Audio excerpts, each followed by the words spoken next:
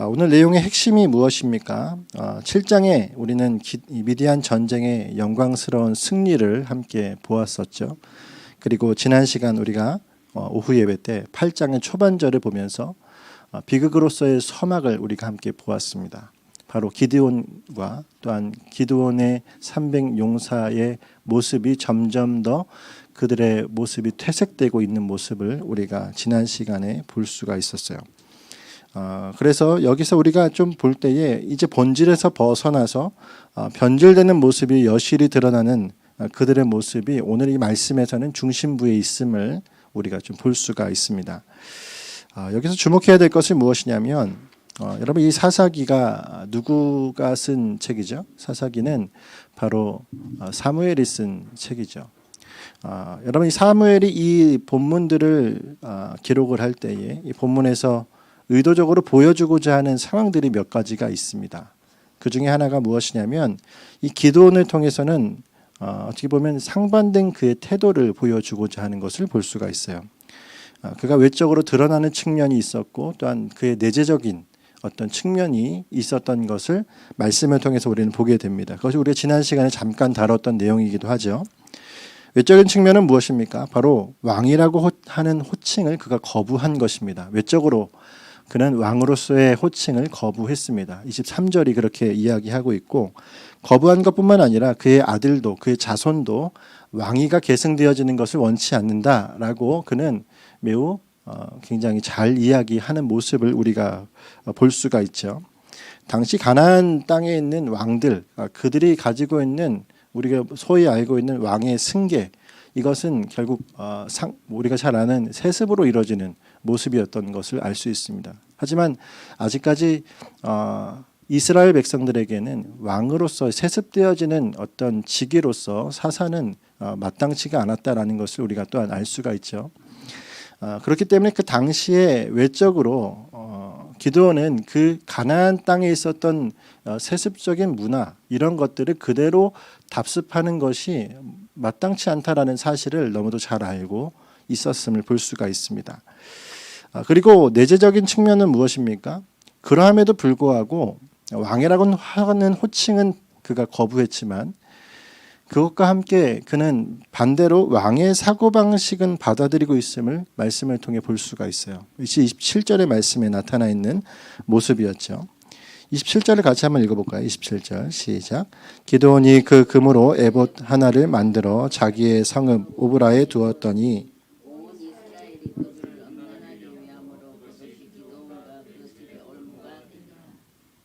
아멘.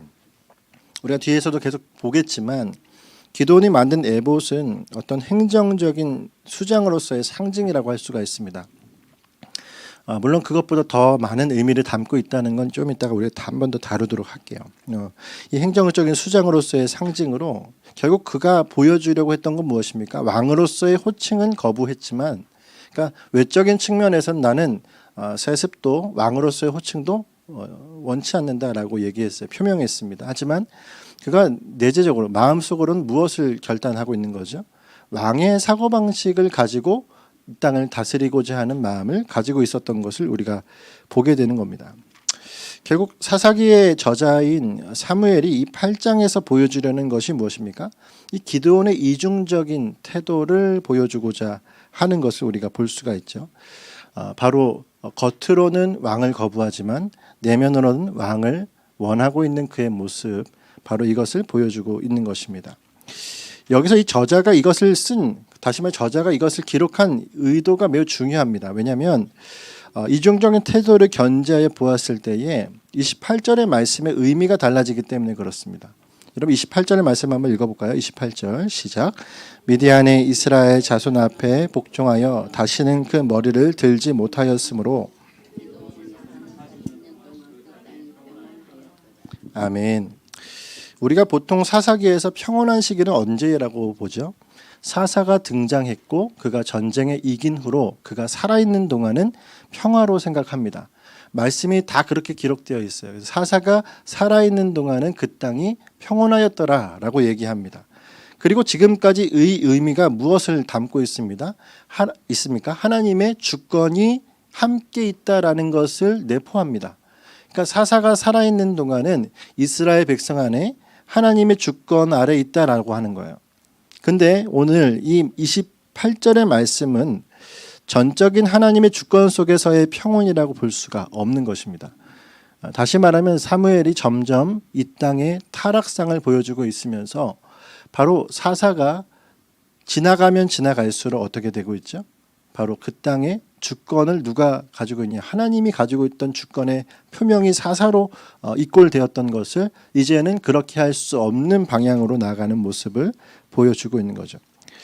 바로 기드온의 모습처럼, 그러니까 기드온 스스로도 이중적인 스탠스죠. 그는 외적으로는 왕이 되지 않겠다 하지만 마음으로는 왕이 되겠다라는 마음을 가지고 있는 태도처럼 여러분 그 당시의 시대의 상이 어땠다라는 거죠. 하나님은 이름뿐이고 사람만 남은 시대. 바로 이것이 이 사사 시대, 특히나 기드온이 미디안을 꺾고 난 이후의 40년의 시대가 그러했다라는 겁니다. 그러니까 하나님은 이름은 있으세요. 왜요?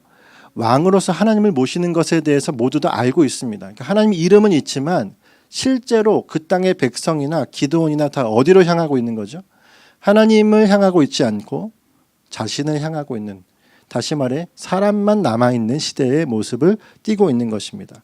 그러니 28절에 나와 있는 그 땅이 평온하였더라라고 하는 그 의미는 앞에서 나왔던 사사들의 그 평온과는 사뭇 다른 의미가 되는 것이죠. 같은 뜻으로 쓰여진 것이 아니다라는 것입니다. 우리는 이렇게 기드온의 시대가 점점 더, 그리고 그 이후의 사사 시대가 변질되어가는 이유를 이미 알고 있습니다. 왜 그렇다고 그랬죠? 이건 그저 사이클이 아니라기 때문에 그래요. 우리가 아는 대로 악행을 저질렀고 그래서 하나님이 치셨으므로 부르짖고 또한 사사가 등장해서 구원을 얻는 이 사이클이 반복되어지는 것이 아니라 여러분 어떻게 해요? 나선형으로 점점 더 악으로 치달아 가고 있는 모습이 바로 이 사사기라는 것입니다. 가면 갈수록 더하죠. 그래서 여러분 보면 아시겠지만 이제 사사의 등장과 상관없이 점점 더 이스라엘 백성 안에 악이 그냥 통용되어지는 모습을 보시게 될 겁니다. 이제 이후로부터는 계속 이 땅의 백성이 사사가 등장하든 등장하지 않든 그 땅은 점점 악을 사모하고 있는 모습을 드러내게 되는 거예요. 심지어 어느 지점까지 갑니까? 삼손의 상태를 보십시오. 사사였던 삼손의 상태는 사사로서의 모습을 온전히 갖추지 못한 모습을 볼 수가 있는 것처럼 가면 갈수록 이 땅이 하나님 없음을 그대로 드러내는 모습을 보게 되는 것이죠. 자, 그렇다면 이름만 남은 하나님의 시대라고 할 수 있는 이 과정, 이 시대, 그러니까 사사기 전체 가운데 그 악행을 점점 더 행하고 있는 그 중간의 지대라고 보여지는 이때에 노골적으로 드러나는 악행은 무엇이겠습니까? 이들 안에 계속적으로 나타나는 악행이 무엇이냐 했을 때 그것은 우상화라고 얘기할 수가 있습니다. 철저하게 하나님의 자리에 다른 것을 올려놓는 것을 즐기는 시대, 이것이 바로 이 기드온과 또한 40년 동안의 시대라는 것을 볼 수가 있어요.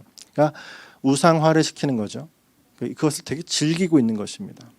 이것이 어느 때와 비슷합니까? 오늘과 비슷하죠. 하나님은 없고 그 이름뿐이지만 그 이름조차도 그 이름대로 섬기지 않는 시대. 하지만 그 자리에 누가 있죠? 누군가는 우상으로 선언, 그리고 그것을 즐겨하는 시대가 되었습니다. 교회라고 다를 바 있을까요? 여러분 얼마나 이 모습이 그대로 우리 가운데 투영되는지 모르겠어요.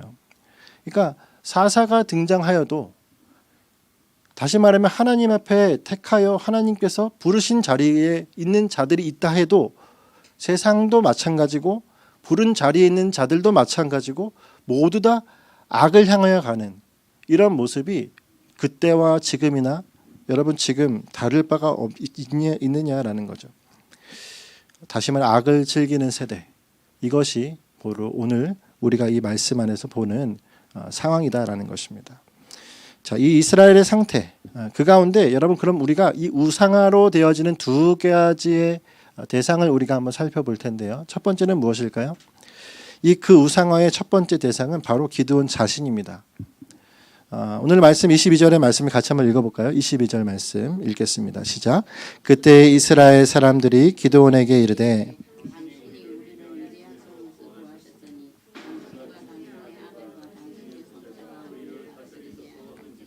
아멘. 눈치가 빠르신 분들 아시잖아요. 이 말씀에 그들이 뭐라고 얘기하고 있습니까? 당신이 우리를 미디안의 손에서 구원하셨으니. 이 당신이 누구죠? 기드온에게 얘기하고 있는 거예요. 그러니까 오늘 본문의 말씀에 22절은 전쟁을 왜곡했습니다. 바로 하나님께서 전적으로 주권하에 행하셨던, 그러니까 하나님이 300용사에게, 다시 말해 용사가 아니죠, 이들의 군사를 하나님께서 선별하시는 것뿐만 아니라 모든 것 처음부터 끝까지 하나님의 주권 안에서 행해졌던, 사람으로서는 할 수 없는 이 전쟁을 지금 이 사람들이 뭐라고 부릅니까? 바로 기드온에게 이르되 당신이 우리를 미디안의 손에서 구원하셨으니라고 아주 바꿔버리는 모습을 보게 되는 것입니다. 하나님의 영광스러운 승리를 사람의 공적으로 바꿔버리는 그들의 모습이죠. 다시 말해서 왕으로 세우겠다라는 것은 무엇입니까? 우상화의 일환입니다. 그러니까 이들은 기드온을 우상으로서 뜨높이기 위해서 지금 혈안이 되어져 있는 모습을 볼 수가 있는 거예요. 단지 왕으로서가 아니라 당신은 우리의 신이십니다 와 같은 입장을 표명하고 있는 것이죠. 중요한 건 여러분, 이런 행태들은 사실 기드온 스스로도 자유롭지 못하다는 것입니다. 그러니까 그 땅의 백성들이 그를 왕으로 추대하고 우상화시키는 것만 잘못되어 있느냐? 그렇지 않아요. 기드온 스스로도, 자기 스스로도 자유로울 수가 없습니다. 왜? 그가 했던 말이 그러했기 때문에 그래요. 자, 기드온이 무엇이라고 얘기했습니까? 스스로 원인을 제공했습니다. 여러분 7장 18절의 말씀을 보면 어떻게 되어 있습니까? 이때는 언제입니까? 개전 초기입니다. 이제 전쟁을 치르고 그 땅과 그 미디안 백성, 미디안의 군대와 이제 붙어야 되는 상황이에요. 근데 7장 18절의 말씀에 뭐라고 되어 있죠? 한번 읽겠습니다. 시작. 나와 나를 따르는 자가 다 나팔을 불거든 너희도 오직 진영 주위에서 나팔을 불며 이르기를 여호와를 위하라, 기드온을 위하라 하라 하니라. 이 말 누가 한 겁니까? 기드온이 스스로 얘기를 하는 거예요. 뭐라고 얘기합니까? 여호와를 위하라, 기드온을 위하라. 이 공동 번역을 보면은 여호와 만세, 기드온 만세라고 외치라고 되어 있어요. 이해가 되시죠? 지금 여기 있는 이 모습이 바로 기드온이 직접 자기 스스로 말하고 있는 것입니다. 뭐라고 얘기하는 거죠? 하나님의 위치에 누구를 같이 올려놓습니까? 자기 자신을 같이 올려놓는 거예요. 그러니 사실 여러분, 이 기드온의 마음 자세가, 이 변질되어지는 모습은 사실 이렇게 하나씩 자기의 플레이를 달리하는, 이중적인 플레이를 하는 것부터 시작되어지는 것을 볼 수 있습니다. 아주 간단하게 그냥 그리스도, 아니 그 하나님 여호와의 이름과 함께 누구를 올려놓는 거예요? 자신을 올려놓는 거예요. 여러분, 이런 기드온의 어두운 그림자의 모습이 갈수록 커져 있는 것을 볼 수가 있죠. 우리 오늘 읽은 말씀 24절에서 25절의 말씀을 보면 구체적인 그의 우상화의 모습을 잘 볼 수가 있습니다. 24절과 25절 같이 읽겠습니다. 시작. 기드온이 또 그들에게 이르되 내가 너희에게 요청할 일이 있으니 너희는 각기 탈취한 귀고리를 내게 줄지니라 하였으니 이는 그들이 이스마엘 사람들이므로 금 귀고리가 있었습니다. 무리가 대답하되 우리가 즐거이 드리리이다 하고 아멘. 자, 28절의 말씀은 여러분 립서비스라는 것을 잘 아시죠? 28절에서 왕에 대한 거부는 그의 립서비스입니다. 실제적으로 그러지 않습니까? 근데 여러분 그 이후에 철저하게 우상화 작업을 합니다. 여러분 이 말씀을 묵상하고 말씀을 준비하는데 마치 무엇과 같아요? 그러니까 북한의 김정은 우상화 작업이랑 비슷해요. 뭡니까? 사람들에게 뭘 먼저 요청을 하죠? 금귀고리를 다 모으는 것을 진행하고 있습니다. 그러니까 모든 그들이 가지고 있었던 전리품들이에요.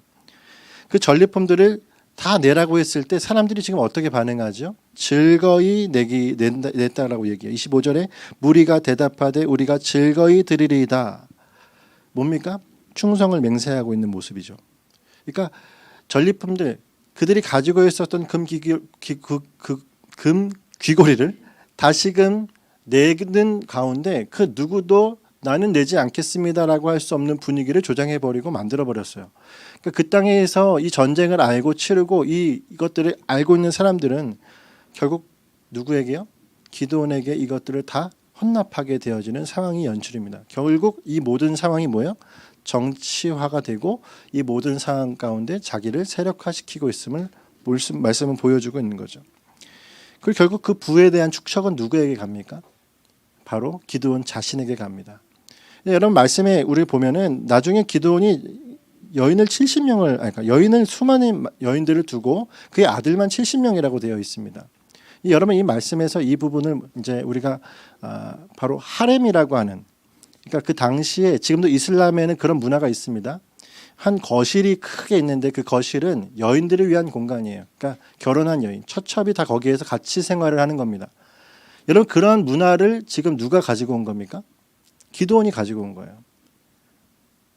주석가들은 다 그렇게 얘기합니다. 그래서 그 하렘의 문화를 가지고 있는 그래서 거기에서 많은 여인들로 하여금 거기서 같이 그 생활을 하게 만들고 또한 그로 말미암아서 많은 아들들이 생산되어지고 여러분 이것이 결국 무엇을 만듭니까? 결국 그들에게 분열과 갈등을 만들고 결국 그 안에서 많은 피 흘림이 또 생기게 되어지는 것을 보게 되는 거죠. 여러분 여기서 우리가 볼 때 그럼 기드온이 원래 해야 했던 행동은 무엇입니까? 여호수아서 6장의 말씀을 보면 하나님이 어떻게 하라고 하셨어요? 전쟁에 승리했을 때 그 전리품은 여호와의 곳간에 드리라라고 얘기했습니다. 그러니까 이것을 단지 여호와의 곳간에 드리라는 얘기는 어떤 의미냐면 전쟁을 수행했었던 자와 전장에서 이것들에 대해서 모든 수행했던 자들이 또한 그 앞에서 앞장섰던 자들이 이걸 취하지 말라고 하는 거예요. 그것들을 취함으로 해서 그들이 어떠한 일을 할지에 대해서 주님이 예비하셔 아는 것입니다.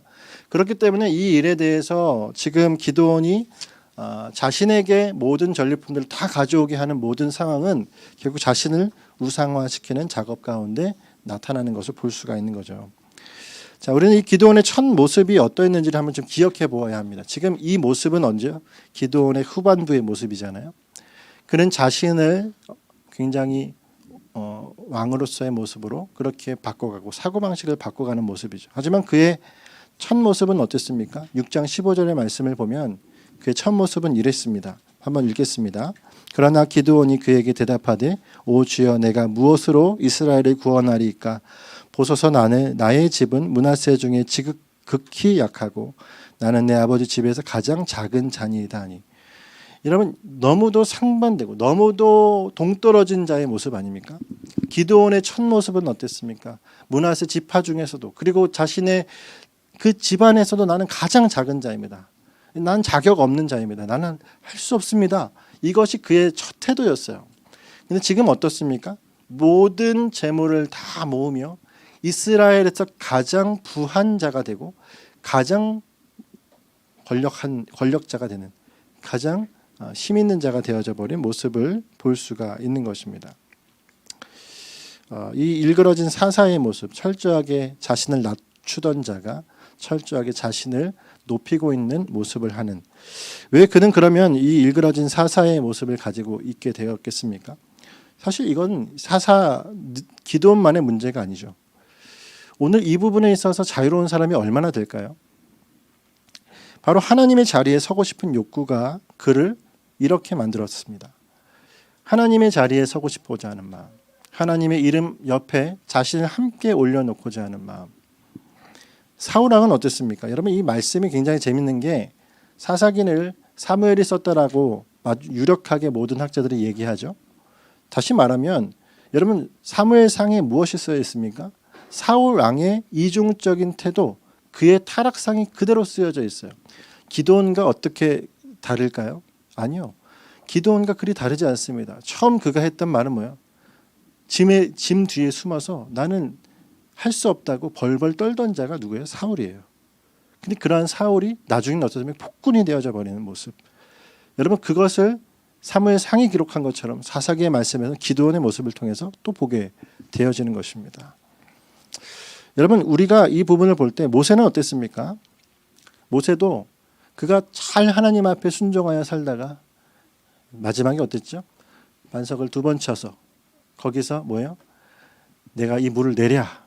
하나님이 하실 일을 자신이 해야 되는 자신의 일들로 바꿔 놓으며 하나님의 권위를 도전하는 모습을 보이고 결국 하나님의 자리에 앉고자 하는 그 실수로 말미암아 가나안 땅에 들어가지 못하는 모습을 보게 되어지죠.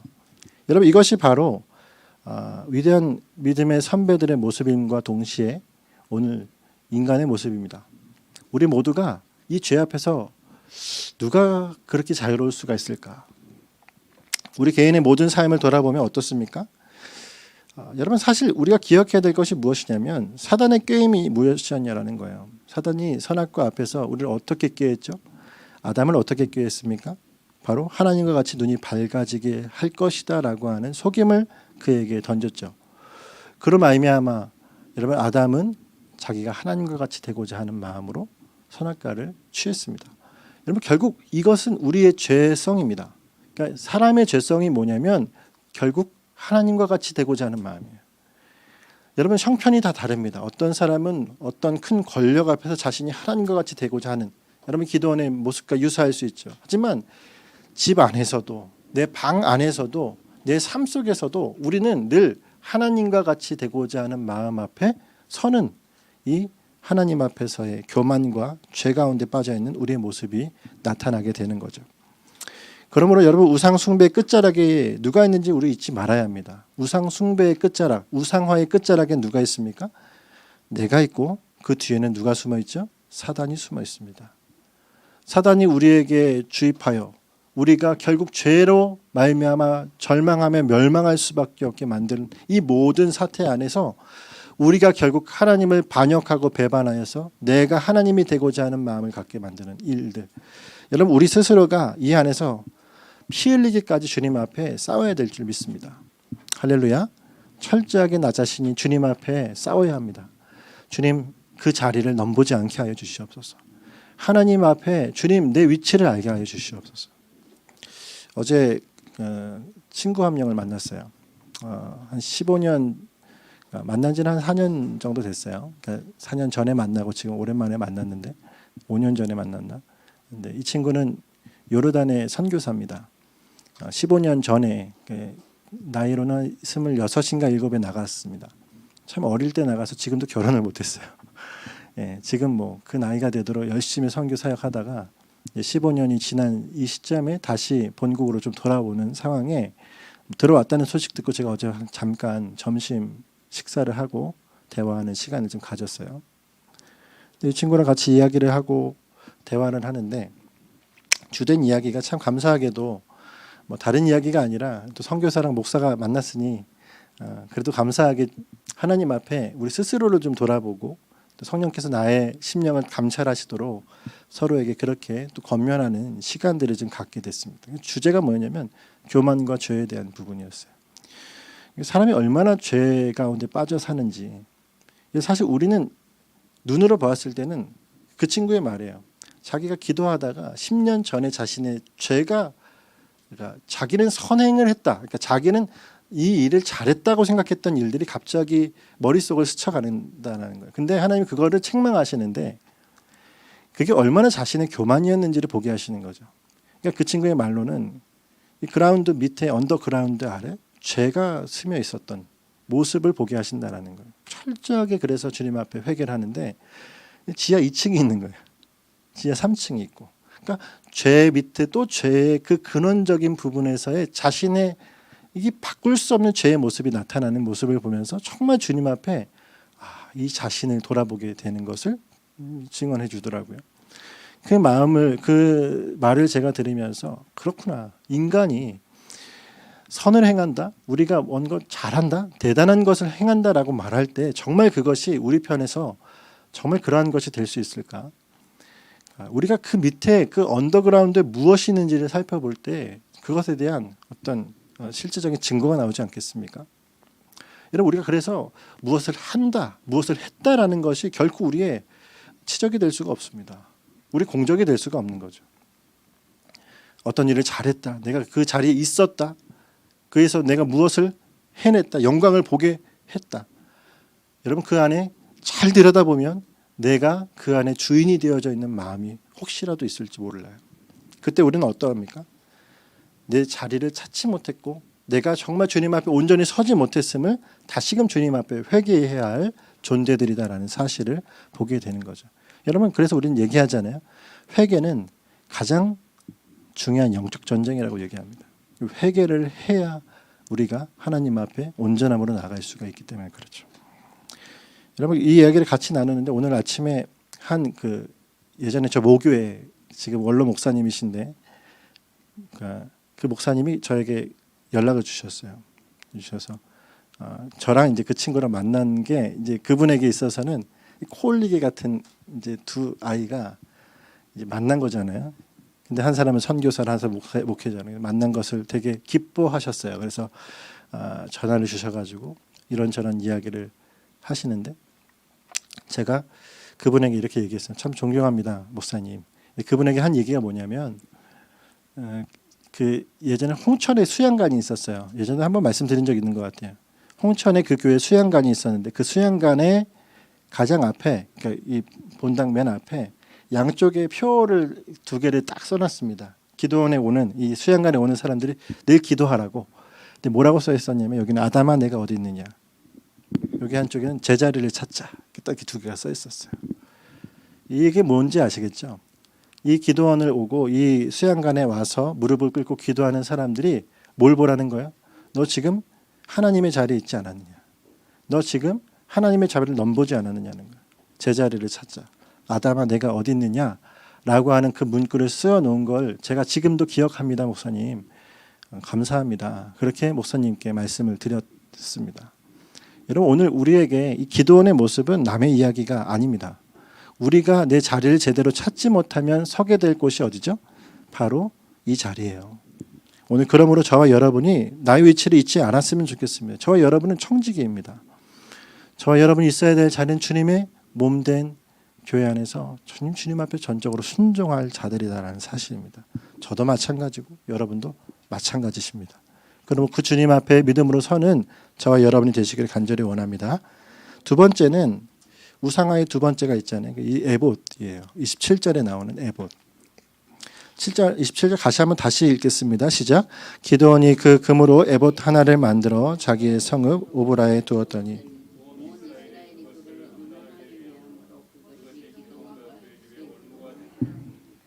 아멘. 여러분 이 에봇의 기능이 어떤 것일까요? 여러 가지가 있습니다. 에봇을 만든 이유가 여러 가지가 있는데 그 중에 첫 번째는 아까도 말씀드렸듯이 정치적 산물이죠. 정치적 상징성을 가진 물건입니다. 그러니까 탈취한 귀고리를 만든 것이기 때문에 그 당시 이것을 모으기 위해서 아마 전국에서의 움직임들을 보면 이건 정치적인 메시지를 전하는 것이 충분하죠. 이걸 모으고 있다는 것은 충분한 정치적 메시지를 주는 거예요. 그리고 그것에 사람들이 모두 다 뭡니까? 엎드리는 모습을 보여주는 겁니다. 그러니까 이것이 기도원의 요청으로 시작된 것이기 때문에 의기투합해서 하나의 정치적 산물을 만드는 모습을 볼 수가 있는 거죠. 또 하나는 계시에 대한 도구로서 쓰입니다. 그러니까 에봇의 안에는 무엇을 담죠? 에봇에는 이 네모난 그 에봇이 있죠. 그 안에 그 우림과 둠림을 둡니다. 우림과 둠림은 우리가 어떻게 쓰는 것인지는 지금은 몰라요. 근데 이것은 하나님의 뜻을 판별하기 위해서 쓰임을 받았습니다. 그 당시에 그러면 여러분 생각해 봤을 때 사사기 이 시대에 대제사장이나 대사장 제도가 제대로 되어 있을까요? 그렇지 않습니다. 왜요? 에봇을 자기의 고장에 오브리에 두었다라는 이야기도 마찬가지겠거니와 결국 제사장직을 누가 하겠다는 거죠? 기드온이 하는 거예요. 그리고 우림과 둠림을 자신이 판별한다. 그래서 학자들이 이렇게 얘기합니다. 그가 계속적으로 그전에도 뭘 물어봤죠? 하나님의 뜻을 묻는 걸 즐겨했던 사람이에요. 다시 말해서 그 양털을 두고서 시험하는 모든 사인을 구하는 모습들도 마찬가지로 이 기드온의 어떤 특징과 같은 그의 기질과 같은 거잖아요. 그렇기 때문에 늘 하나님의 뜻이 무엇인지를 판별하는 것에 본인이 즐겨했다라는 이유가 됩니다. 그럼 에봇을 만들어서 우림과 둠림을 두고 이것으로 하나님의 뜻을 판별하는, 다시 말해서 하나님의 뜻을 누가요? 기드온과 그의 사람들이 판별하여 사람들에게 공포하는, 이거 잘못하면 큰일이 나는 거 아니겠어요? 그리고 그 당시에 제사장 제도가 온전하지 않고 하나님은 기드온에게 제사장이 되라는 얘기를 한 적이 없으십니다. 다시 말해 이러한 잘못된 종교 행위, 잘못된 모습이 나타나고 있는 것이 바로 이 두 번째 에봇의 우상화입니다. 그러니까 사람들이 여기서 무엇을 발견합니까? 바로 이스라엘 백성의 수준이 여기서 드러나죠. 하나님의 상징물로 둔갑한 이 에봇을 섬기는 것이 바로 이스라엘 백성의 아주 음란함을 더하여 일어나고 있는 모습을 볼 수가 있어요. 그러니까 이스라엘 백성이 이때도 그러하지만 여러분 아까도 사무엘상이랑 우리가 함께 비교했죠. 사무엘상에 또 어떤 일이 나옵니까? 이들이 얼마나 하나님의 용품들, 하나님의 물건들을 신봉했는지. 그러니까 하나님이 아니라 물건을, 그러니까 매개체를 신봉한 거죠. 여러분 사무엘상에 어떤 내용이 나오죠? 언약궤죠. 언약궤가 들고 나갔을 때에 이것이 승리로 이끌어질 것이다라고 하는 그 미신적인 모습이 무엇이죠? 바로 이들의 이 모습과 다르지 않은 거죠. 그러니까 이들의 이 잘못된 모습이 그대로 투영되어져 있는 것입니다. 여러분 사무엘이 이 말씀들에서 이런 내용들을 같이 이야기하는 이유가 분명히 있지 않겠습니까? 그 사사기의 시대를 보면서 그 사무엘상과 사무엘하가 있었던 그 시대를 다시 돌아보게 하는. 그리고 또 오늘 우리는 어디를 돌아봅니까? 우리의 시대를 다시 돌아보게 되어지는 모습을 보게 되어지는 거죠. 기도는 사사 시대의 그러니까 우상화 작업에 실질적으로 관여했던 사사입니다. 그러니까 우리는 그의 전반부의 영광스러운 승리의 모습을 보았을 때는 참 찬란한 주님의 귀한 사사죠. 하지만 그의 뒤가 일그러진 사사의 모습일 것은 무엇이죠? 우상화에 일조한 자예요. 우상을 만들고 스스로 우상이 되고자 하는 모습에 일그러진 사사의 모습을 가지고 있는 모습이 오늘 이 말씀 안에서 나오는 것입니다. 기드온의 아버지의 직업이 무엇이었습니까? 우상을 만드는 자였습니다. 우상을 만드는 아버지의 우상을 부수었던 그가 이제 우상 만드는 일을 지휘하는 자가 되어서 이 땅에 죄로 얼룩지게 만드는 장본인이 되어진 거죠. 이것이 일그러진 기드온의 모습입니다. 이걸 이제 우리에게 한번 적용해 보죠. 어떻게 적용할 수 있을까요? 우리는 우상을 부수는 자일까요? 우상을 만드는 자입니까? 저와 여러분이 우상을 부수는 자입니까? 우상을 지금도 지휘하여 만드는 자입니까? 여러분 우리에게 우리 마음에 아니면 우리 주변에 혹시 에봇을 만들고 있지는 않으십니까? 그러니까 하나님의 뜻을 내가 누군가에게 아니면 내가 영적인 어떠한 거장이 되어서 누군가에게 나의 스스로도 나 스스로를 자격 없음을 인정하지 못한 그 자가 무엇인가를 지휘하고 있는 모습. 여러분 여기에서 우리가 좀 주의해야 될 것은 있어요. 그리스도의 말씀이 있는 그리스도인으로서의 모습 안에서 우리가 분명히 분별해야 될 것이 무엇입니까? 말씀에 답이 있기 때문에 그 말씀대로 분별하여 하나님의 뜻을 세워가는 것은 우리 가운데 늘 해야 될 그리스도인의 신앙인의 모습이에요. 할렐루야. 그럼에도 불구하고 여러분 우리가 내 스스로가 자의적인 마음으로 하나님의 뜻을 분별한다 합시고 하나님의 뜻이 아닌 다른 길로 우리를 이끌어가는 이 아주 작은 간극이지만 하나님의 뜻 앞에 교만한 모습으로 서 있지 않느냐라는 거. 여러분 그거 주님 앞에 교만한 죄이다라는 사실입니다. 주님 앞에 우리가 이 부분을 온전히 붙들지 않으면 우리는 철저히 무너질 수밖에 없는 자야라는 거예요. 그러면 우리가 늘 점검해야 될 것이 무엇입니까? 하나님의 뜻을 대신 성취할 수도 알려줄 수도 없는 저와 여러분이라는 사실. 우리 스스로는 누군가의 어떤 것에 하나님의 뜻을 성취해 줄 수도 알려줄 수도 없는 자입니다. 오직 그리스도 그분의 말씀으로 철저하게 섬기며 신뢰하는 자의 모습을 갖춰야 될 것이 저와 여러분이라는 사실입니다. 할렐루야. 그럼 주님만 신뢰합시다. 주님이 하실 일을 바라보는 거죠. 이제 우리가 말씀을 마치겠습니다. 우리는 어떻게 일그러진 그리스도인의 모습이 되지 않겠습니까? 일그러진 사사의 모습이 되지 않길 위해 몸부림쳐야 되는 것처럼 우리는 그리스도인으로서 일그러지지 말아야 되죠. 이 땅의 모습을 보면 참 우리의 눈으로 보기에도 참 민망한 것들이 많이 나타난 때입니다. 교회의 모습도 그러하고 세상 앞에서 그리스도의 모습이 그러할 때가 많습니다. 개인적인 모습도 그러하고 교회 전체적인 모습 안에서도 나타날 때가 있어요. 그러함에도 불구하고 여러분 주님의 영광스러운 교회를 욕보이시면 안 됩니다. 욕하시면 안 됩니다. 여러분 철저하게 우리 스스로는 내면 수사하시길 바랍니다. 나의 내면 안에 성령이 나를 감찰하시도록. 내면 수사라는 건 내 안에 성령께서 나 자신을 감찰하시도록 나를 주님 앞에 늘 조명하는 거죠. 그 하나님의 말씀 앞에서. 우리는 늘 그분을 의식하며 살아가는 자가 되어야 합니다. 할렐루야.